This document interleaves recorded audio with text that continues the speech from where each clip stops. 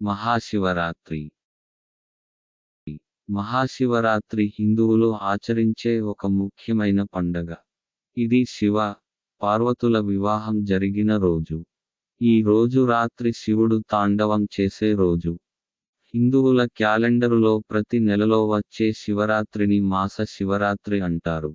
కానీ శీతాకాలం చివర్లో వేసవి కాలం ముందు వచ్చే మాఘ మాసంలో, ఫిబ్రవరి లేదా మార్చి, వచ్చే 13 లేదా 14 రోజుని మహాశివరాత్రి అంటారు. ప్రాశస్త్యం. మహాశివరాత్రి చాంద్రమాన నెల లెక్కింపు ప్రకారం మాఘమాసం కృష్ణ పక్ష చతుర్దశి రోజున వస్తుంది. హిందువుల పండుగలలో మహాశివరాత్రి ప్రశస్తమైనది. ప్రతి ఏటా మాఘ బహుళ చతుర్దశి నాడు చంద్రుడు శివుని జన్మ నక్షత్రమైన ఆరుద్రయుక్తుడైనప్పుడు వస్తుంది. శివుడు ఈ రోజే లింగాకారంగా ఆవిర్భవించాడని శివపురాణంలో ఉంది.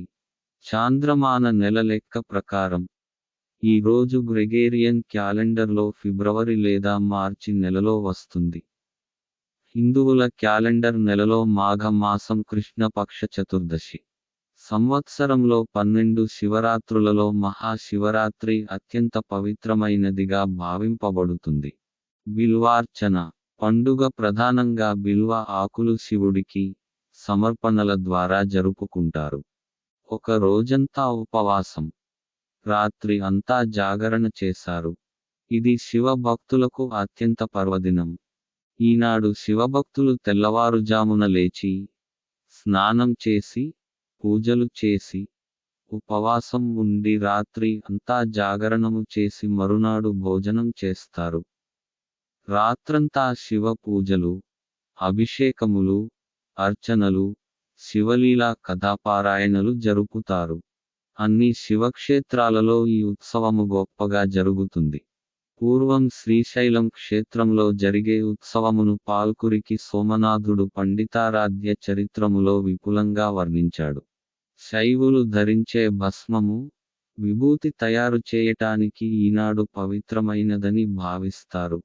రోజు అంతా భక్తులు ఓం నమః శివాయ, శివ యొక్క పవిత్ర మంత్రం పఠిస్తారు. ఆధ్యాత్మిక శక్తి, తపస్సు, యోగా, ధ్యానం వాటి అభ్యాసంతో క్రమంగా, వేగంగా జీవితం యొక్క అత్యధికంగా మంచిని చేరటానికి, ముక్తి పొందడానికి నిర్వహిస్తారు. ఈ రోజు ఉత్తర ధ్రువంలోని గ్రహస్థానాలు అంతా బలమైనవిగా ఉత్ప్రేరకాలు చర్యతో ఒక వ్యక్తి ఎక్కువ సులభంగా అతని లేదా ఆమె ఆధ్యాత్మిక శక్తి పెంచడానికి సహాయంగా ఉంటాయి. మహామృత్యుంజయ మంత్రం వంటి శక్తివంతమైన పురాతన సంస్కృత మంత్రాల యొక్క ప్రయోజనాలు శక్తి ఈ రాత్రి గొప్పగా పెరుగుతుంది. శివుడు ఇతర సంప్రదాయ ఆరాధన. 12 జ్యోతిర్లింగాలు, కాంతి లింగములు, శివుడు పవిత్రమైన పుణ్యక్షేత్రాలు, ఆయన ఆరాధన కేంద్రాలు, టెంపుల్స్ ఉన్నాయి. వారు స్వయంభూలింగాలు గా పిలుస్తారు. ఈ లింగములు ఈ ప్రాంతాల్లో తమకు తాము పుట్టుకొచ్చాయి అని అర్థం. దేవాలయాలు తర్వాత కట్టబడ్డాయి. లింగ ఉద్భవ కాలం. మహాశివరాత్రి రోజున నిశిత కాలం శివ పూజ అనుసరించుటకు అనువైన సమయం. శివుడు లింగ రూపంలో భూమి మీద కనిపించింది. నిశిత కాలం జరుపుకుంటారు.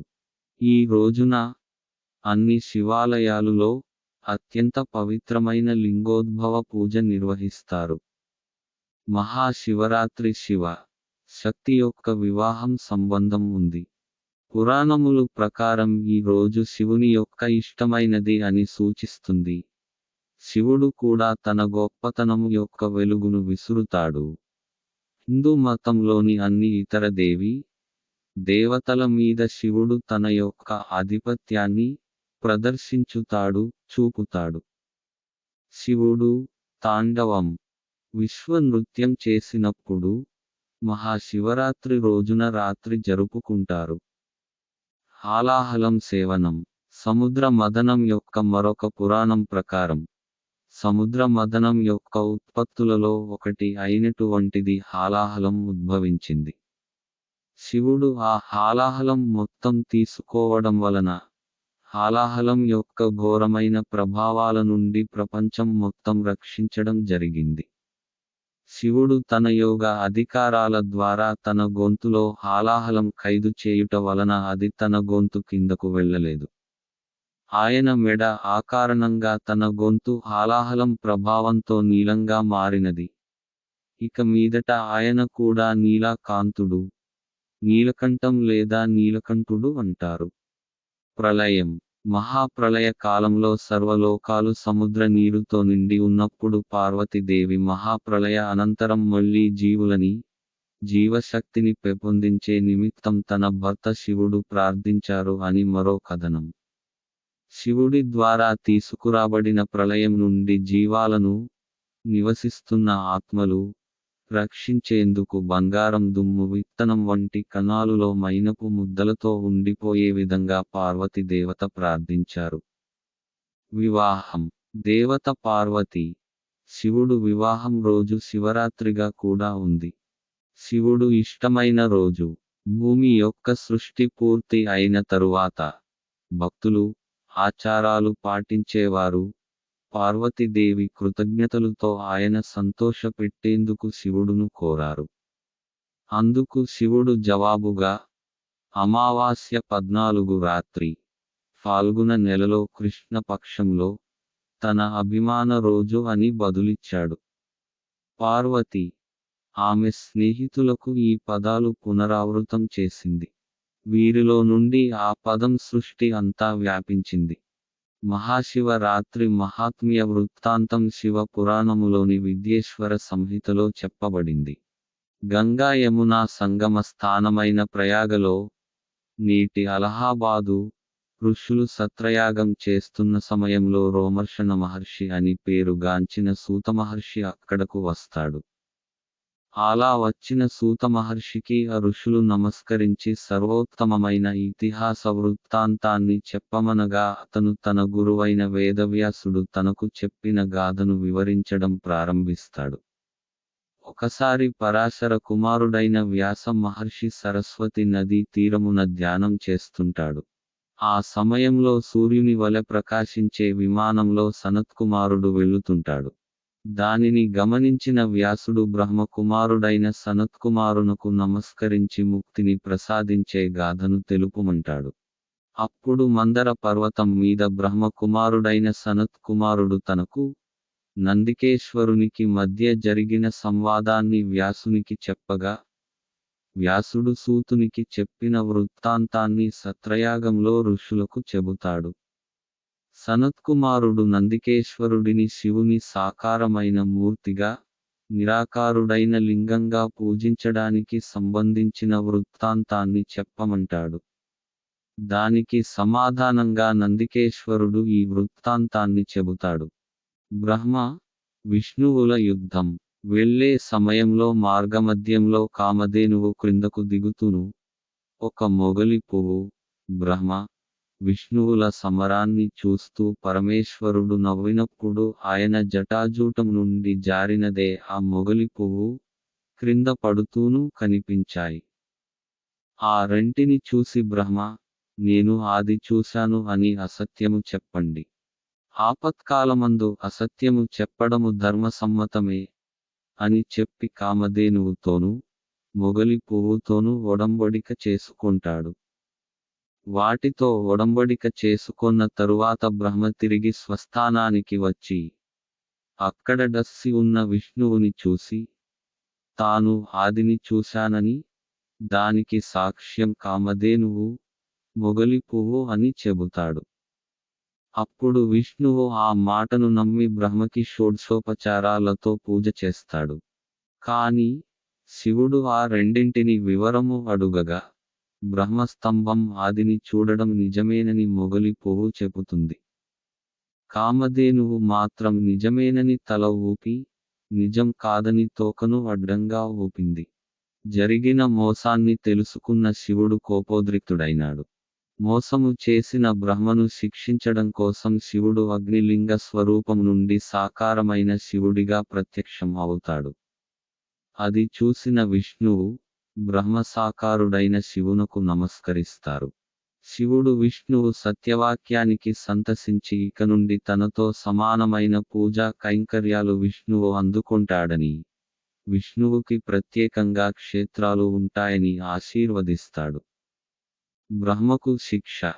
వరము. శివ పురాణం విద్వేశ్వర సంహితలోని 7వ 8వ అధ్యాయములలో ఉన్నది విషయానికి. ఈశ్వర ఉవాచ అరాజ భయమేతద్వై జగత్సర్వం నశిష్యతి తతస్త్వం జహి దండార్హం వహలోకదురం శిశో వరందదామి తే తత్ర గృహాన దుర్లభం పరం వైతానికేషు గృహ్యేషు యజ్ఞేషు చ భవాన్ గురు నిష్ఫలస్త్వదృతే యజ్ఞ సాంగశ్చ సహ దక్షిణ. శివుడు బ్రహ్మ గర్వము అణచడానికి తన కనుబొమ్మల నుండి భైరవుడిని సృష్టించి పదునైన కత్తితో ఈ బ్రహ్మను శిక్షించుము అని చెబుతాడు. ఆ భైరవుడు వెళ్లి బ్రహ్మ పంచముఖాలలో ఏ ముఖము అయితే అసత్యము చెప్పిందో ఆ ముఖాన్ని పదునైన కత్తితో నరికి వేస్తాడు. అప్పుడు మహావిష్ణువు శివుడి వద్దకు వెళ్ళి, పూర్వము ఈశ్వర చిహ్నంగా బ్రహ్మకు 5 ముఖాలు ఇచ్చి ఉంటివి. ఈ మొదటి దైవము అగు బ్రహ్మను ఇప్పుడు క్షమించుము అన్నాడు. ఆ మాటలు విన్న శివుడు శరణు జొచ్చిన బ్రహ్మను, పిల్లవానిని తప్పుడు చేతకై దండించి తప్పు తెలుసుకొన్న తరువాత కారుణ్యమును ప్రకటించిన తండ్రిలా ఉద్దేశించి గొప్ప వరమును ప్రసాదించెను. బ్రాహ్మణి క్షమించి, ఓ బ్రహ్మా, నీకు గొప్పనైన దుర్లభమైన వరమును ఇస్తున్నాను. అగ్నిష్టోమము, దర్శం మొదలగు యజ్ఞములలో నీది గురుస్థానము. ఎవరేని చేసిన యజ్ఞములలో అన్ని అంగములు ఉన్నా అన్నింటినీ సరిగా నిర్వర్తించినా, యజ్ఞనిర్వహణము చేసిన బ్రాహ్మణులకు దక్షిణలు ఇచ్చినా, నీవు లేని యజ్ఞము వ్యర్థము అగును అని వరమిచ్చెను. మొగలి పువ్వుకు శాపము. ఆ తరువాత కేతకీ పుష్పము వైపు చూసి, అసత్యము పల్కిన నీతో పూజలు ఉండకుండా ఉండుగాక అని అనగానే దేవతలు కేతకీ పుష్పాన్ని దూరంగా ఉంచారు. దీనితో కలత చెందిన కేతకీ పుష్పము పరమేశ్వరుడవైన నిన్ను చూసిన తరువాత కూడా అసత్య దోషము ఉండునా అని మహాదేవుడిని స్తుతించింది. దానితో ప్రీతి చెందిన శివుడు అసత్యము చెప్పిన నిన్ను ధరించడం జరగదు, కాని కేతకీ పుష్పాన్ని నా భక్తులు ధరిస్తారు. అదేవిధంగా కేతకీ పుష్పము ఛత్ర రూపములో నాపై ఉంటుంది అని చెబుతాడు. కామధేనువుకు శాపము. అసత్యాన్ని చెప్పిన కామధేనువును కూడా శివుడు శిక్షించదలచాడు. అసత్యమాడినందుకు పూజలు ఉండవని శివుడు కామధేనువుకు శాపమిచ్చాడు. తోకతో నిజం చెప్పాను కనుక క్షమించుమని కామధేనువు శివుని ప్రాధేయపడింది. భోళాశంకరుడు కనుక కోపమును దిగమ్రింగి, మొగముతో అసత్యమాడితివి కనుక నీ మొగము పూజనీయము కాదు, కాని సత్యమాడిన నీ పృష్ఠ భాగము పునీతమై పూజలనందు కొనును అని శివుడు వాకృచ్చెను. అప్పటి నుండి గోముఖము పూజార్హము కానిదైనది. గోమూత్రము, గోమయము, గోక్షీరములు పునీతములైనవై పూజా పురస్కారములలో వాడబడుచున్నవి. మహాశివరాత్రి వ్రత కథ. పొంది మరలివత్తును అని ప్రమాణములు చేసి వెళ్ళెను. ఇట్లు 4 జాములు గడిచి సూర్యోదయ సమయంలో వ్యాధుడు జింకల కొరకు ఎదురుచూచుచుండెను. కొంతసేపటికి ఆ 4 జింకలును వచ్చి నన్ను మొదట చంపుము, నన్నే మొదట చంపుమని అనుచు వ్యాధుని ఎదుట మోకరిల్లెను. అతడు మృగముల సత్యనిష్టకు ఆశ్చర్యపడెను. వానిని చంపుటకు అతని మనసు ఒప్పలేదు. తన హింసావృత్తిపై జుగుప్స కలిగెను. ఓ మృగములారా, మీ నివాసములకు వెళ్ళుము, నాకు మాంసము అక్కరలేదు. మృగములను బెదరించుట, బంధించుట, చంపుట పాపము. కుటుంబము కొరకు ఇక నేనా పాపము చేయను. ధర్మములకు దయ మూలము, దమయు సత్యఫలము. నీవు నాకు గురువు, ఉపదేష్టవు. కుటుంబ సమేతముగా నీవు వెళ్ళుము. నేనిక సత్యధర్మము నాశ్రయించి అస్త్రములను వదిలిపెట్టుదును అని చెప్పి ధనుర్బాణములను పారవేసి మృగములకు ప్రదక్షిణం ఆచరించి నమస్కరించెను. అంతలో ఆకాశమున దేవదుందుభులు మ్రోగెను. పుష్పవృష్టి కురిసెను. దేవదూతలు మనోహరమగు విమానమును తెచ్చి ఇట్లనిరి, ఓ మహానుభావ, శివరాత్రి ప్రభావమున నీ పాతకము క్షీణించింది.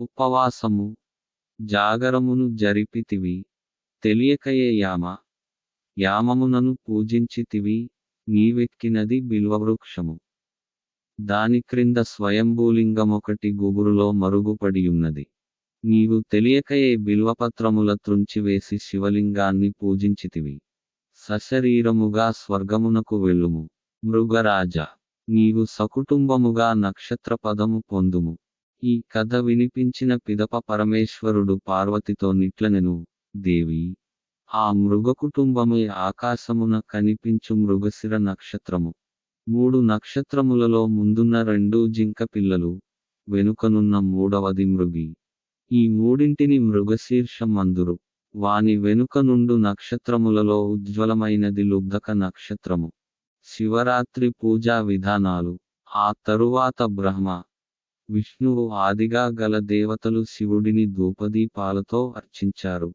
దీనికి మెచ్చి శివుడు అక్కడి వారితో మీరీనాడు చేసిన పూజకు సంతసించితిని ఈ రోజు నుండి నేను అవతరించిన ఈ తిథి శివరాత్రి పర్వదినముగా ప్రసిద్ధి చెందుతుంది ఈ రోజున ఉపవాసము చేసి భక్తితో నన్ను లింగ రూపముగా సాకార రూపముగా ఎవరు అర్చిస్తారో వారికి మహాఫలము కలుగుతుంది అని చెబుతాడు తాను ఈ విధంగా అగ్నిలింగ రూపముగా ఆవిర్భవించిన ప్రదేశము అరుణాచలముగా ప్రసిద్ధి చెందగలదని చెబుతాడు జాగరణము అనగా ప్రకృతిలో నిద్రాణమయ్యున్న శివశక్తిని శివపూజ భజన లీలా శ్రవణాదులతో మేల్కొలిపి తాను శివుడై సర్వమును శివస్వరూపముగా భావించి దర్శించుటే నిజమైన జాగరణము అప్పుడు శివపూజలో సాయుజ్యము శివభజనలో సామీప్యము శివభక్తులతో కూడి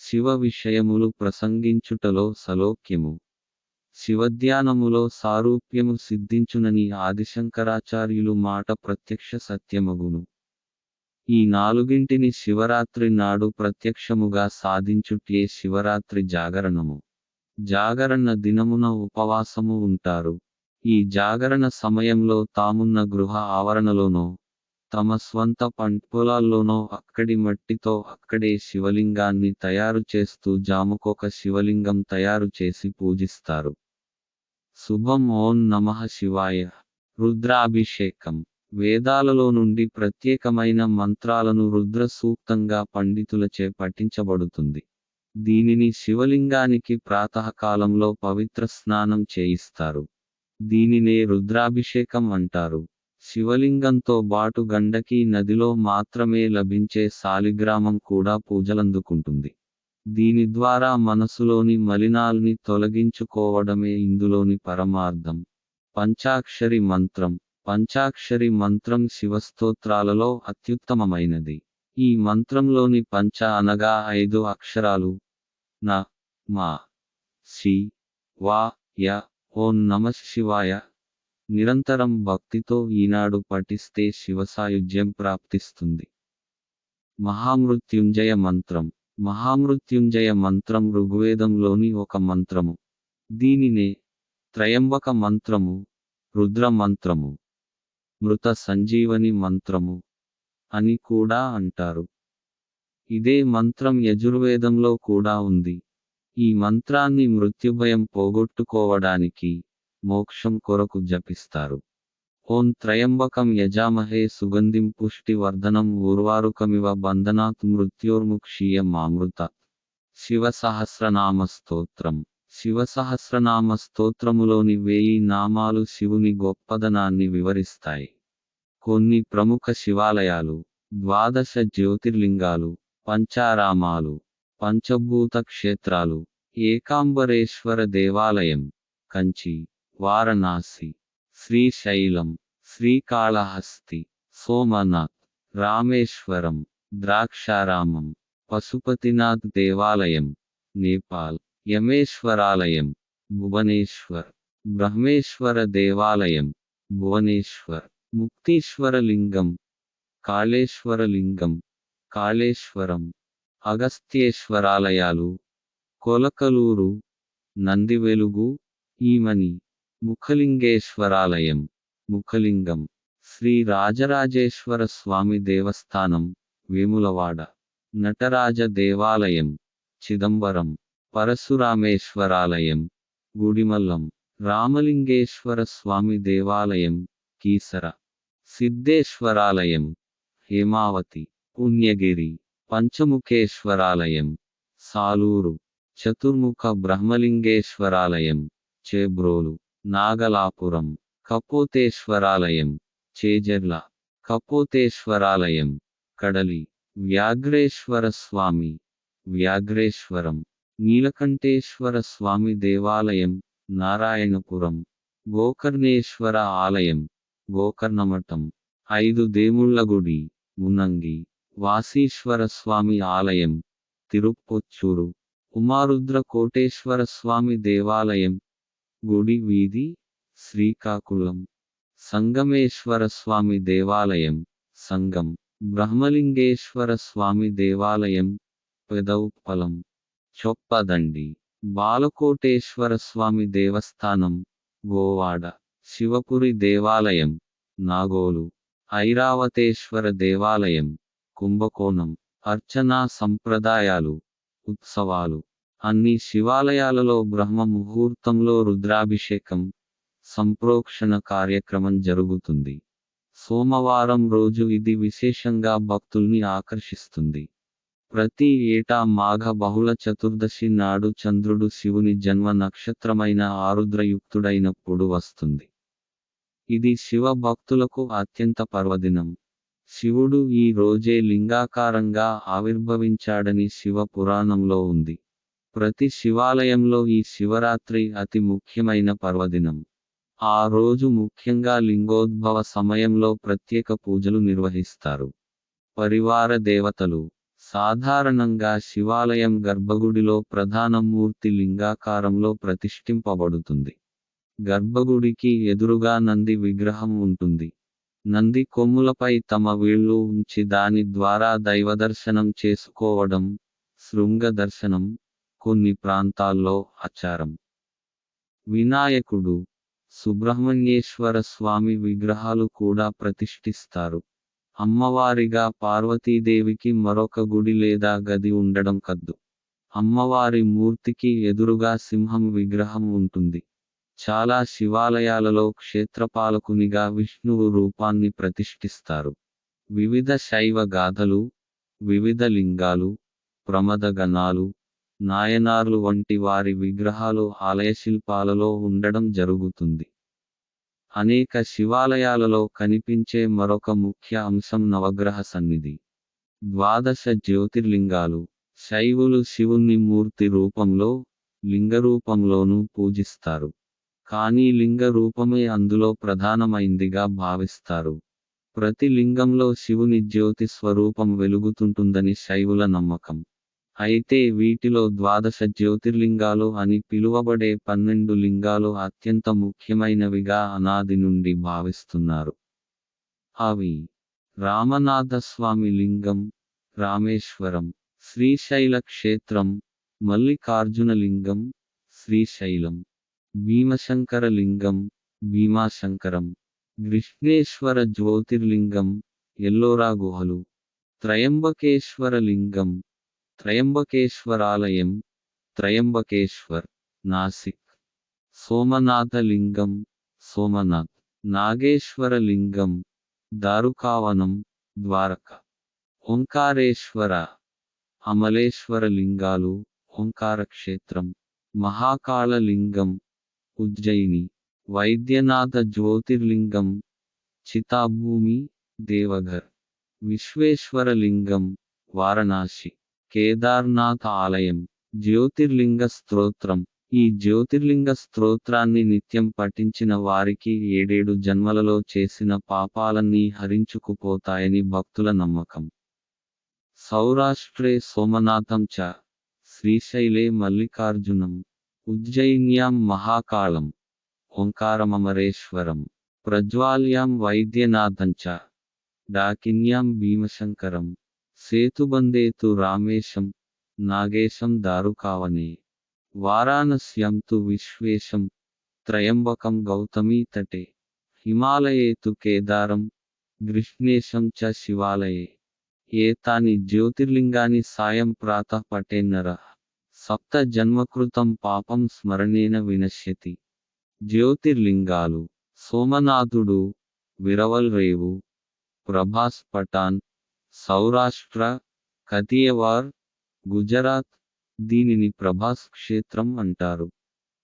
చంద్రునిచే ఈ లింగం ప్రతిష్ఠింపబడిందని స్థలపురాణం. మల్లికార్జునుడు: శ్రీశైలం, నంద్యాల జిల్లా, ఆంధ్రప్రదేశ్. ఇక్కడ కృష్ణానది పాతాళగంగగా వర్ణింపబడింది. ఈ క్షేత్రం అష్టాదశ శక్తి పీఠాలలో ఒకటి. ఆది శంకరాచార్యుడు శివానందలహరిని ఇక్కడే వ్రాశాడు.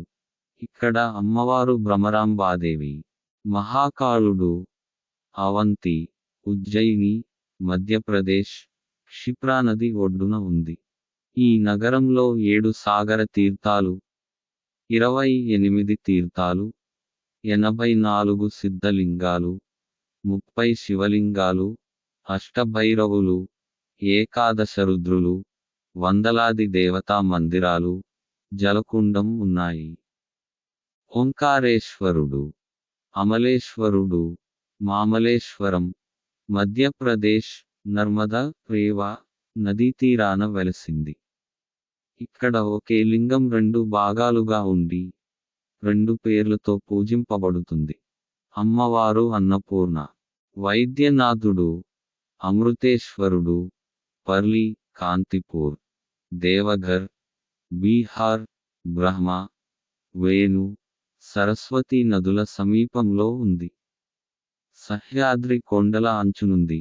అమృతమథనానంతరం ధన్వంతరిని, అమృతాన్ని ఈ లింగంలో దాచిరని, సృష్టించిన భక్తులకు అమృతం లభించునని నమ్మకం. భీమశంకరుడు: డాకిని, భువనగిరి జిల్లా, పూణే వద్ద, మహారాష్ట్ర. చంద్రభాగ: భీమా నది ఒడ్డున, భీమశంకర పర్వతాల వద్ద. త్రిపురాపుర సంహారానంతరం మహాశివుడు విశ్రాంతి తీసుకొన్న చోటు. అమ్మవారు కమలజాదేవి. శాకిని, డాకిని మందిరములు కూడా యున్నవి. మోక్షకుండము, అజ్ఞానకుండం ఉన్నాయి. రామేశ్వరుడు: రామేశ్వరం, తమిళనాడు. శ్రీరాముడు పరమశివుని అర్చించిన స్థలం. కాశీ గంగా జలాన్ని రామేశ్వరంనకు తెచ్చి అర్చించిన తరువాత మరల రామేశ్వరములోని ఇసుకను కాశీలో కలుపుట సంప్రదాయం. ఇక్కడ అమ్మవారు పర్వతవర్ధిని దేవి. నాగేశ్వరుడు: నాగనాథుడు, దారుకావనం, ద్వారక వద్ద, మహారాష్ట్ర. ఈ జ్యోతిర్లింగము ద్వారక, ఔద్గ్రామ్, ఆల్మోరా, ఉత్తరప్రదేశ్ అను 3 స్థానములలో ఉన్నట్లు చెబుతారు. విశ్వనాథుడు: వారణాసి, ఉత్తరప్రదేశ్. కాశీ అని కూడా ప్రసిద్ధం. వరుణ, అసి నదులు గంగానదిలో కలిసే స్థానం. పరమపావన తీర్థం. ఇక్కడ అమ్మవారు అన్నపూర్ణేశ్వరి. త్రయంబకేశ్వరుడు: నాసిక్, మహారాష్ట్ర, గౌతమీ తీరాన. ఇక్కడి లింగం చిన్న గుంటవలె కనిపించును. అందులో బ్రహ్మ, విష్ణు, మహేశ్వరుల ప్రతీకగా 3 చిన్న బొటనవేలి వంటి లింగాలున్నవి. అమ్మవారు కొల్హాంబిక. గంగాదేవి మందిరం ఉంది. కుశావర్త తీర్థం, గంగాధార తీర్థం, వరాహ తీర్థం ముఖ్యమైనవి. 12 సంవత్సరాలకు ఒకసారి జరిగే సింహస్థపర్వం పెద్ద పండుగ. కేదారేశ్వరుడు: హిమాలయాలలో, గర్వాల్ జిల్లా, ఉత్తరప్రదేశ్. మందాకిని నదీ సమీపంలో. మంచు కారణంగా ఈ దేవాలయం సంవత్సరానికి 6 నెలలు మాత్రమే దర్శనానికి తెరచి ఉంటుంది. కృష్ణేశ్వరుడు: కుసుమేశ్వరుడు, వెరుల్ నగర్, ఔరంగాబాదు ఎల్లోరా గుహల వద్ద, మహారాష్ట్ర. దేవగిరిలోనిదే జ్యోతిర్లింగమని కూడా చెప్పుదురు.